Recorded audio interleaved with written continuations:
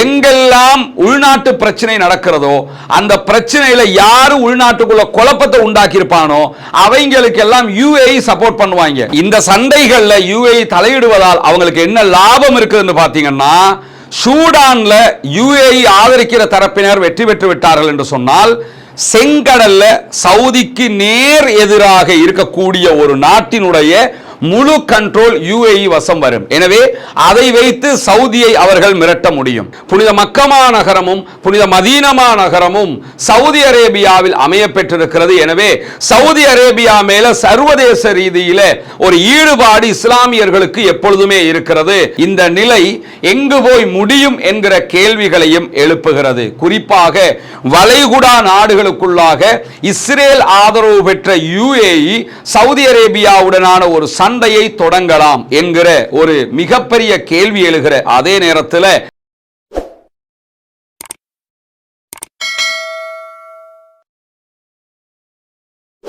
அன்புக்கினிய சகோதர சகோதரிகளே, நம் அனைவர் மீதும் ஏக இறைவனுடைய அமைதியும் கருணையும் உண்டாகட்டுமாக என்கிற உயரிய பிரார்த்தனைகளோடு இன்றைய இந்த வீடியோவில் சவுதி அரேபியாவுக்கும் UAEக்கும் இடையிலே நடைபெற்று வரக்கூடிய இன்டர்னல் வார் அல்லது திரைமறைவு யுத்தம் அல்லது சண்டை தொடர்பான ஒரு முக்கியமான பகுதியைத்தான் நம்ம பார்க்க இருக்கிறோம்.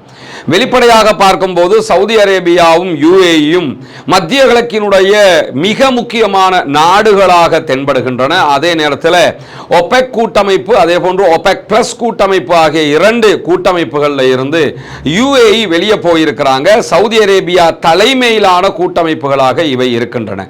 இந்த சூழல்ல தான் ஏற்கனவே நடைபெற்ற ஈரானுக்கு எதிரான அமெரிக்க இஸ்ரேலிய யுத்தமும் ஒரு மிகப்பெரிய பார்வையை கொடுத்திருக்கிறது. காரணம் என்னன்னா, ஈரானுக்கு எதிரான அமெரிக்க இஸ்ரேலிய யுத்தத்தில் மிக தெளிவாக இஸ்ரேல் அமெரிக்காவுக்கு ஆதரவான நிலைப்பாட்டை UAE எடுத்திருந்தது. அதே நேரத்தில் சவுதி அரேபியா தன்னுடைய தளங்களை ஈரானுக்கு எதிராக தாக்குதல் நடத்துவதற்காக வழங்கி இருந்தாலும் ஈரானுடனான அமைதி பேச்சுவார்த்தை மூலமாக ஒரு சுமூக தீர்வை காண வேண்டும் என்கிற நிலைப்பாட்டில் உறுதியாக இருந்து பாகிஸ்தான் வழியாக அதற்கான ஏற்பாடுகளையும் செய்திருந்தது. இந்த சூழலுக்கு மத்தியில தான் UAEக்கும் சவுதி அரேபியாவுக்கும் இடையிலான தற்போதைய முருகலும் உச்சம் தொட்டிருக்கிறது. முதலாவதாக நம்ம என்ன புரிஞ்சுக்கிறோம் கேட்டா, UAE அண்ட் சவுதி அரேபியாவுக்கு இடையிலான இந்த முருகல் நிலை என்பது இன்றைக்கு ஆரம்பித்தது அல்ல. ஒபெக்ல இருந்து அல்லது ஒபெக் பிளஸ் கூட்டமைப்பில் இருந்து அவங்க வெளியேறுவதால் ஆரம்பித்ததும் அல்ல, ஈரான் மீதான அமெரிக்க இஸ்ரேலிய தாக்குதல்களால் ஆரம்பித்ததும் அல்ல என்பதுதான் இந்த இடத்துல நம்ம புரிய வேண்டிய முதலாவது அம்சமாக இருக்கிறது. 1950 காலப்பகுதிகளில் நடைபெற்ற ஒரு முக்கியமான பிரச்சனை தான் இன்று வரை தொடர்ந்து கொண்டிருக்கிறது என்பதுதான் அதனுடைய அடிப்படை. காரணம் என்னன்னா, அந்த காலப்பகுதிகளில் தான் மத்திய கிழக்கிலே பெட்ரோலிய வளம் கண்டறியப்படுகிறது. சவுதி அரேபியாவில் எக்கச்சக்கமான இடங்கள்ல பெட்ரோலிய வளம் கண்டறியப்படுகிற நேரத்தில் மத்திய கிழக்கில் குறிப்பாக இப்போது இருக்கக்கூடிய UAE ஐக்கிய அரபு எமிரேட்ஸினுடைய பகுதிகளிலையும் பெட்ரோலிய வளங்கள் கண்டறியப்படுகிறது. இப்படி கண்டறியப்படுகிற நேரத்தில் சவுதி அரேபியாவுக்கு நெருக்கமாக இருக்கக்கூடிய இப்போதைய ஐக்கிய அரபு எமிரகத்தினுடைய சில பகுதிகளில் அதிகமான பெட்ரோலிய வளம் இருக்கிறது என்பதை அன்றைய சவுதி அரேபிய ஆட்சியாளர்கள் புரிந்து கொள்கிறார்கள். எனவே அந்த பகுதிகளை சவுதி அரேபியாவாக மாற்றிக்கொள்வதற்கு அவர்கள் ஒரு திட்டத்தை வகுத்திருந்தாங்க. அந்த திட்டத்தினுடைய முக்கியத்துவமாக என்ன நடைபெற்றது என்று சொன்னால், அன்றைக்கு இருந்த சிற்றரசர்களில் ஒரு முக்கியமானவருக்கு சவுதி அரேபியா சார்பில் லஞ்சம் கொடுப்பதற்கான முயற்சிகள் நடைபெற்றிருக்கிறது. நாங்கள் உங்களுக்கு ஒரு குறிப்பிட்ட தொகையில பெரிய அளவு பணத்தை தர்றோம், இந்த பகுதிகள் எங்களுக்குரியதாக மாற்றப்பட வேண்டும், எனவே அதற்கு நீங்கள் ஒத்துழைக்க வேண்டும் என்றுதான் அவர்கள் கோரிக்கையை வைத்து இந்த லஞ்சம் கொடுக்கிற காரியத்தில் ஈடுபடுறாங்க. ஆனால் குறித்த சிற்றரசர் அதற்கு ஒப்புக்கொள்ளவில்லை, மறுத்துவிட்டார். அதற்கு பிறகு சவுதி அரேபியா அன்றைய காலத்திலேயே ஒரு யுத்தத்தை UAE மேல, ஐக்கிய அரபு எமிரேட்ஸ் மேல, அன்றைக்கு அவங்க பிரிஞ்சு இருந்த நேரத்திலேயே ஒரு தாக்குதல் நடத்துகிறார்கள். அந்த தாக்குதல்கள்ல அன்றிருந்த UAE பரப்பு வெற்றி வாகை சூடுகிறது. சவுதி அரேபியாவால் லஞ்சம் கொடுப்பதற்கு முற்பட்டு லஞ்சத்தை பெற்றுக்கொள்ள முடியாது, இது எங்கள் தேசம் என்று முடிவெடுத்த அன்றைய ஐக்கிய அரபு எமிரேட்ஸ், அன்னைக்கு அன்றைக்கு பிரிஞ்சுதான் இருந்தாங்க. இன்னைக்கு நீங்க புரிஞ்சுக்கிறதுக்காக ஐக்கிய அரபு எமிரேட்ஸ் என்று புரிஞ்சுக்கிறீங்க. அன்றைக்கு இருந்த நிலப்பரப்பினுடைய அந்த சிற்றரசராக அறியப்பட்டவர் தான் ஸைத் இப்னு சுல்தான் அன்-நஹ்யான் அவர்கள். இந்த நஹ்யான் ஃபேமிலி தான் முழுவதுமாக யுஏஇ கையில் வச்சு கொண்டிருக்கிறத நீங்க பார்க்க முடியும். அந்த ஸைத் இப்னு சுல்தான் அன்-நஹ்யான் என்கிறவர் தான் சவுதிக்கு எதிராக நின்று இந்த பகுதிகளை தன்னுடைய பகுதியாக மாற்றுவது மட்டுமல்லாம உண்மையிலேயே இவர் யுஏஇக்கு உரியவராக கருதப்படுவதில்லை. இவர் எந்த பகுதியை சேர்ந்தவர்னா ஓமானுடைய பகுதிகளை சேர்ந்தவர். ஓமான்ல இருந்து வந்துதான் யுஏஇ அவர் வளமிக்கதாக மாற்றுகிறார். யுஏஇனுடைய பகுதிகளை கைப்பற்றுகிறார்.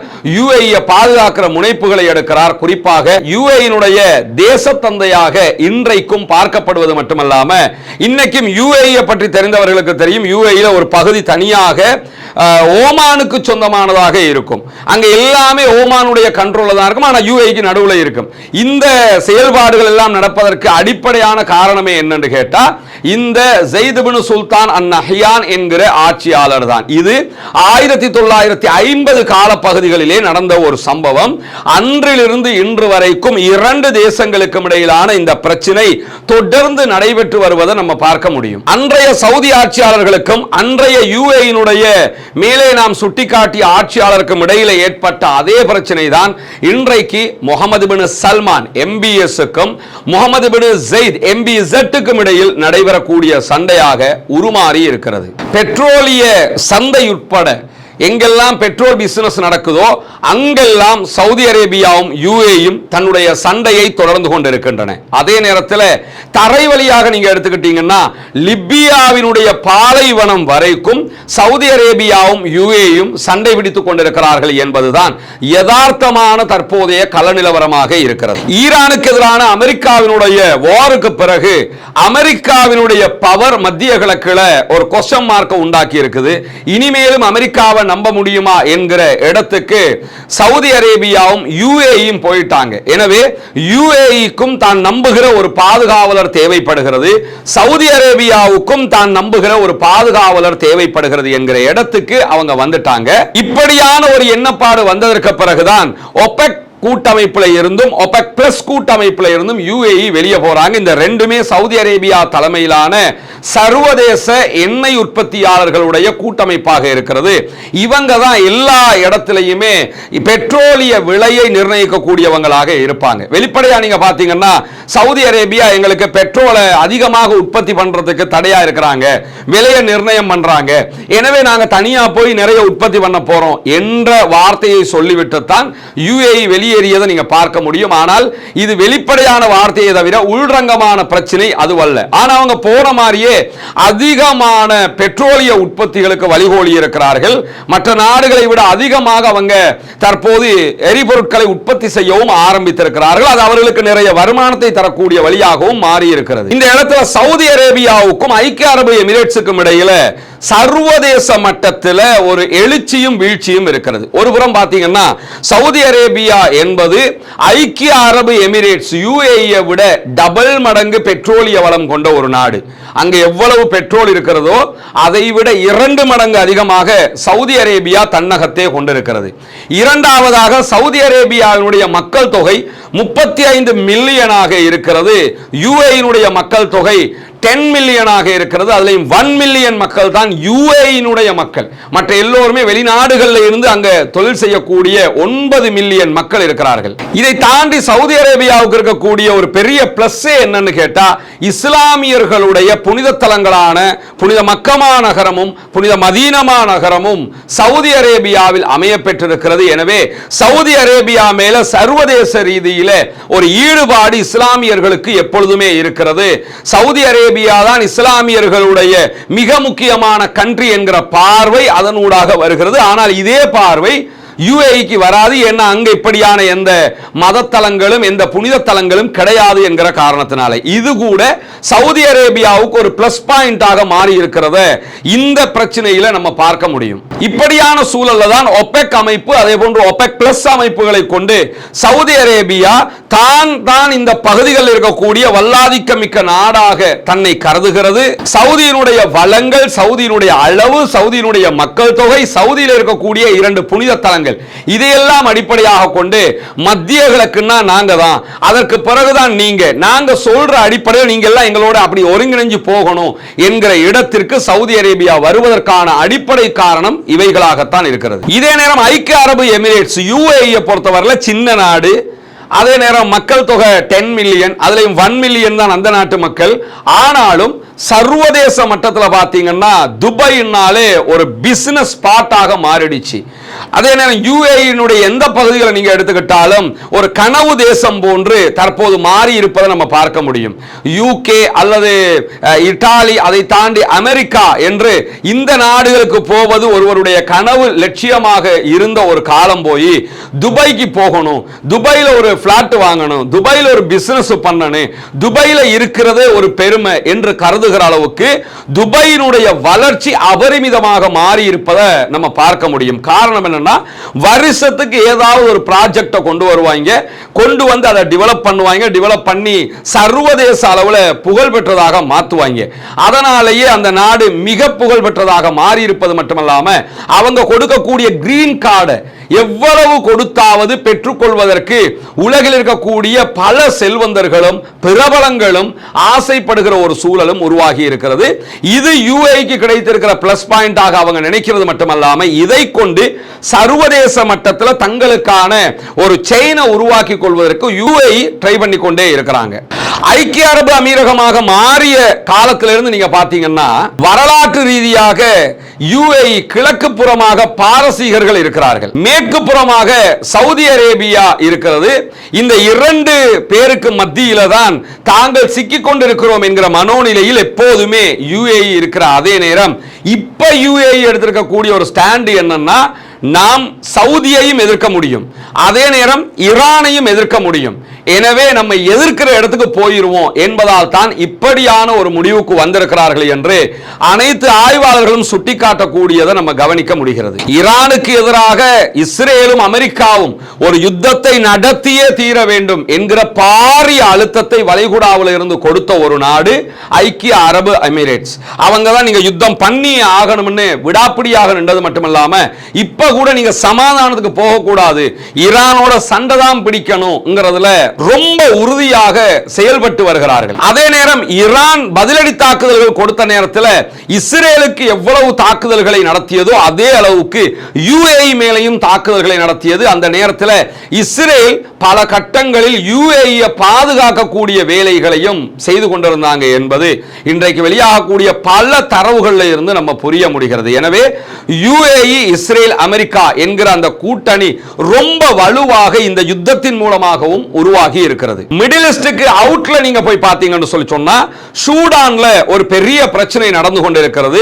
அந்த சூடான்ல நடக்கக்கூடிய பிரச்சனைகள்ல எதிரெதிர் தரப்புகளை சவுதி அரேபியாவும் UAEயும் ஆயுதங்களால் ஆதரிக்கக்கூடியதை நம்ம பார்க்க முடியும். விரைவு ஆதரவு படைகள் என்கிற துணை ராணுவ படைக்கு தேவையான ஆயுதங்களையும் பணங்களையும் கொடுத்து முழு ஒத்துழைப்பை இங்கிருந்து UAE செய்து கொண்டிருக்கக்கூடிய நேரத்தில் ஆல்ரெடி சூடான்ல இருக்கக்கூடிய அரசாங்கத்திற்கு ஆதரவாக முழுமையான ஒத்துழைப்பை சவுதி அரேபியா கொடுத்து கொண்டிருக்கிறது. இதே நேரம் சூடானுக்குள்ள இந்த பிரச்சனைகளை எல்லாம் உருவாக்குவதற்கு காரணமாக இருக்கிற UAE மேல நீங்க நடவடிக்கை எடுக்க வேண்டும் என்று அமெரிக்காவிடத்தில் சவுதி அரேபியா வலியுறுத்தல்களை செய்து கொண்டிருக்கிறது என்கிற செய்திகளும் வெளியாகி கொண்டிருக்கிறது. இப்படி சூடானுக்குள் நடக்கக்கூடிய பிரச்சனைகள்ல சவுதியும் UAEயும் அங்கும் தலையிட்டுக் கொண்டிருக்கின்றன. அதிலே ஒரு மாபெரும் பிரச்சனை சர்வதேச மட்டத்தில் உருவாகி இருக்கிறது. அதே மாதிரி ஈரானுடைய யுத்தம் ஆரம்பிப்பதற்கு ஒரு மாதங்களுக்கு முன்பதாக சரியாக பார்த்தீங்கன்னா யமனுக்குள்ள சவுதி அரேபியாவும் UAEயும் சண்டையிட்டுக் கொண்டன. குறிப்பாக ஈரானுக்கு எதிரான அமெரிக்க இஸ்ரேலிய தாக்குதல்கள் ஆரம்பிப்பதற்கு ஒரு மாதத்துக்கு முன்பதாக யமனுக்குள்ள சவுதி அரேபியா UAEயும் மோதிக்கொண்டது நமக்கு எல்லாம் தெரியும். யமன்ல இருக்கக்கூடிய சவுதிக்கு எதிரான தரப்புக்கு ஆயுதங்களை அனுப்பியிருந்தது UAE. 2 கப்பல்கள் அனுப்பியிருந்தாங்க. அந்த 2 கப்பல்கள் மேலையும் சவுதி அரேபியாவுடைய ராயல் போர்சஸ் தாக்குதல்களை நடத்தி அழித்தது மட்டுமல்லாமல் 24 ஹவர்ஸுக்குள்ளாக யமன்ல இருந்து யுஏஇனுடைய படைகள் ஆதரவுகளை விலக்கிக் கொள்ள வேண்டும், இல்லாவிட்டால் அடுத்த கட்ட நடவடிக்கை எடுப்போம்னு ஒரு ரெட் லைனையே விதிச்சிருந்தது சவுதி அரேபியா. சொன்னதை கேட்டு 24 மணி நேரங்களுக்குள்ளாக யுஏஇ யமன்ல இருந்து வெளியே வந்தாங்க. யுஏஇ யமன்ல இருக்கக்கூடிய எதிர்த்தரப்புக்கான உதவிகளை செய்வது சவுதி அரேபியாவுக்கு மிக பெரும் பிரச்சனையாக மாறிவிடும். ஏன்னா சவுதியினுடைய எல்லையில தான் இந்த யமன் அமைந்திருக்கிறது என்பது நமக்கெல்லாம் தெரியும். அதை தாண்டி யமன்ல இருந்து நேரடியாக சவுதி அரேபியாவை கடுமையாக தாக்குதலுக்கு உள்ளாக்க முடியும் என்பதாலும் யமன் தன்னுடைய கண்ட்ரோல்ல இருக்கணும்னு சவுதி அரேபியா விரும்புவது மட்டுமல்லாமல் சவுதி அரேபியாவுடைய ஸ்ட்ராட்டஜிக்கல் பிளானை நீங்க எடுத்துக்கிட்டீங்கன்னு சொன்னா எங்கெல்லாம் உள்நாட்டு பிரச்சனை நடக்கிறதோ அந்த பிரச்சனையில யாரு உள்நாட்டுக்குள்ள குழப்பத்தை உண்டாக்கி இருப்பானோ அவங்களுக்கு எல்லாம் யுஏஇ சப்போர்ட் பண்ணுவாங்க. உதாரணமாக சூடான்ல விரைவு ஆதரவு படைகள் என்கிற துணை ராணுவத்திற்கு உதவி செய்வது. அந்த இடத்துல சவுதி அரேபியா யாருக்கு ஹெல்ப் பண்றாங்கன்னா அந்த நாட்டினுடைய ராணுவத்திற்கு ஹெல்ப் பண்றாங்க.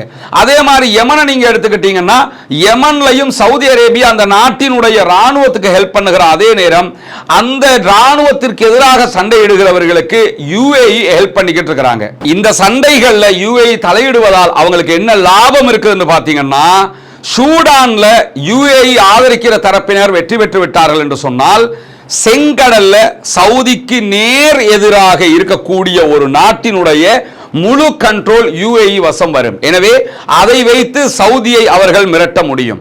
இரண்டாவதாக யமன்ல இருக்கக்கூடிய படைப்பிரிவினர் ஜெயித்தார்கள் என்று சொன்னால் அங்கும் ஒரு தனி நாடு உருவாக்கப்படும். பாபல் மந்தப அடிப்படையாக வைத்து ஒரு தனி நாடு உருவாக்கப்பட்டு அந்த தனி நாட்டுக்குள்ள யுஏஇ தன்னுடைய ஆதிக்கத்தை செலுத்தும். அதுவும் செங்கடல்ல சவுதி அரேபியாவுக்கு மிகப்பெரிய அழுத்தமாக மாறிவிடும். ஆல்ரெடி அங்கிருக்கக்கூடிய ஹூத்திகள் அழுத்தமாக இருப்பதை போன்று இது இன்னொரு அழுத்தமாக மாறிவிடும். இப்படி இரண்டு பக்கமும் யுஏஇக்கு ஒரு பெரிய லாபம் இருக்கிறது என்பதால் அதை செய்வதற்கு முனைகிறது இஸ்ரேலுடைய பாணியில. ஏற்கனவே இஸ்ரேலுக்கு ஆதரவாக இஸ்ரேலை ஒரு தனி நாடாக அங்கீகரித்திருக்கிறது யுஏஇ. இந்த அங்கீகாரம் என்பது வளைகுடா நாடுகளுடைய ஒத்துழைப்பு கவுன்சிலுடைய நிபந்தனைகளை மீறியதாக இருக்கிறது. ஏன்னா பாலஸ்தீனத்தை தனி நாடாக 1967களுக்கு முந்தைய ஒரு நிலப்பரப்பை கொண்டு இஸ்ரேல் அங்கீகரிக்காத வரைக்கும் இஸ்ரேலை தனி நாடாக நாங்கள் அங்கீகரிக்க மாட்டோம் என்கிற நிலைப்பாட்டில் வளைகுடா நாடுகள் இருந்த நிலையில தான் யுஏஇயும் பஹ்ரைனும் தன்னிச்சையாக இந்த முடிவை எடுத்து இஸ்ரேலை தனி நாடாக அங்கீகரிச்சாங்க. அந்த இடத்திலும் அனைத்திற்கும் மாற்றமாகத்தான் யுஏஇ நடந்து கொண்டார்கள் என்பது நமக்கு தெரியும். இப்படி எல்லா புறமும் யுஏஇ சவுதி அரேபியாவுக்கு எதிரான பல நிலைப்பாடுகளை எடுத்துக்கொண்டிருப்பதுதான் இங்க இருக்கக்கூடிய பெரும் சங்கடமான சர்ச்சையான நிலையை தோற்றுவித்திருப்பது மட்டுமல்லாமல் இந்த நிலை எங்கு போய் முடியும் என்கிற கேள்விகளையும் எழுப்புகிறது. குறிப்பாக வளைகுடா நாடுகளுக்குள்ளாக இஸ்ரேல் ஆதரவு பெற்ற யுஏஇ சவுதி அரேபியாவுடனான ஒரு சண்டையை தொடங்கலாம் என்கிற ஒரு மிகப்பெரிய கேள்வி எழுகிற அதே நேரத்தில் சவுதி அரேபியாவும் ஈஜிப்ட், துருக்கி, பாகிஸ்தான் ஆகிய நாடுகளை இணைத்துக் கொண்டு இந்த சண்டையை எதிர்கொள்ளலாம் என்கிற ஊகப்பாடுகளும் தற்போது வெளியாகி இருப்பதை நம்ம பார்க்க முடியும். ஒருபுறம் காசா மீதான பிரச்சனை, மறுபுறம் லெபனான் மீதான சண்டை, அடுத்ததாக ஈரான் மீதான அமெரிக்க இஸ்ரேலிய தாக்குதல்கள் என்று மத்திய கிழக்கு பதட்டமாகவே இருக்கக்கூடிய இந்த சூழல்ல இஸ்ரேலிய அமெரிக்காவினுடைய கூட்டு சதிக்குள் சிக்கிக்கொண்டு யுஏஇ சவுதி அரேபியாவுடனான ஒரு சண்டையை ஆரம்பிக்குமாக இருந்தால், அது நேரடி யுத்தமாக இருந்தாலும் அல்லது தற்போது நடப்பதை போன்று ஒரு இன்டர்னல் வாராக இருந்தாலும் அது உச்சம் தொடுகிற பட்சத்தில் அது மிகப்பெரிய அழிவுகளையும் சோகத்தையும் உண்டாக்கும் என்பதிலே எவ்விதமான மாற்று கருத்துக்களும் இருக்க முடியாது. பொறுத்திருந்து பார்ப்போம் என்னவெல்லாம் நடக்கிறது என்பதை. யுத்தங்கள் நீங்கி அமைதி திரும்ப வேண்டும் என்று அல்லாஹ்விடத்திலே பிரார்த்திக்கிற அதே நேரம் ஜனநாயக ரீதியாக அனைத்து யுத்தங்களுக்கு எதிராகவும் குரல் எழுப்புவோமாக, ஆக்கிரமிப்புகளுக்கு எதிராகவும் குரல் எழுப்புவோமாக. வ ஆகிர் தஅவானா அல்ஹம்துலில்லாஹி ரப்பில் ஆலமீன்.